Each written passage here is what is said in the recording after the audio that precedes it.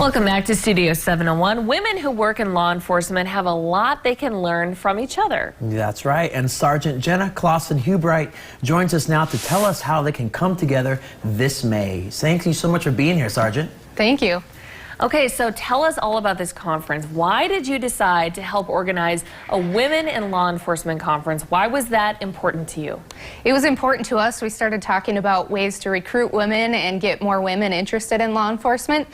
We started looking around the country for training for our women to go to that was specifically geared toward them. And we came up empty-handed. There was a few conferences and summits, Tennessee, California, but nothing in the Midwest. Okay, and so tell us, what is the goal of this conference? What is going to be the outcome of this? So it's a 3-day conference. We encourage all women in law enforcement or women who work with law enforcement, even interested in law enforcement, to attend the conference. But we also strongly encourage men who are in leadership roles to attend this conference. We have about 150 law enforcement agencies in the state, and only 2 are run by women. So when we talk about getting more women interested in law enforcement, we need leadership involved to co-create those solutions that we're talking about. And talk about women interested in law enforcement. What got you interested in going into this field? My story is a little bit unique. I, of course, want to help people get involved in my community, but I initially entered law enforcement to start a cultural liaison officer program, and we did that a couple of years ago, so we engage with diverse communities and also help get women interested in law enforcement. And I'm also interested in the number of women who are in law enforcement in North Dakota right now. I was reading some numbers, I think, on your LinkedIn page. Yeah. But can you talk about where we're at right now in the state and where you would like to be? So statewide, we're about 10 to 12% of women in law enforcement, but it also depends if you're looking at state or local law enforcement. In the Highway Patrol, we're at about 4% right now. So we have a lot of work to do. It's also really kind of an untapped recruitment market to reach women and get them interested in law enforcement. So we hope that this summit and that awareness can do that. Okay, and Jenna, we hear something about law enforcement education credits are available through this. Can you explain what those are? Yes, so law enforcement's required to get a certain amount of training credits every 3 years. And so it's important when we hold trainings to get trainings and speakers who are qualified to deliver content that also gains us education credits. So we'll have at least 14, if not more, coming at this summit. So that registration fee includes those credits and also meals, and everything's covered at the conference when people register and sign up for it. I love that picture that you posted for International Women's Day right there of all women troopers right there in the North Dakota Highway Patrol. When did you guys take that?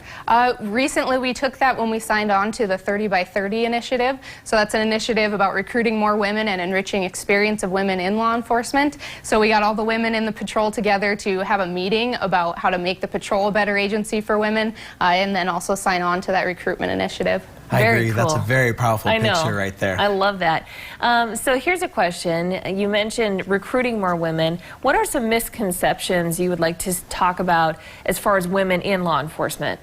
So a lot of questions I get asked are, aren't you afraid to be out there by yourself? Well, we are trained a lot. We train almost quarterly or even more when we talk defensive tactics, de-escalation training, firearms, driving.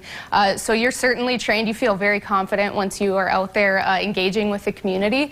And we also work with all different agencies. So you're by yourself, but when you work with sheriff's deputies, police departments, etc., you always have backup nearby, and you can do it. A lot about law enforcement is knowing how to talk to people, and women are fantastic at that.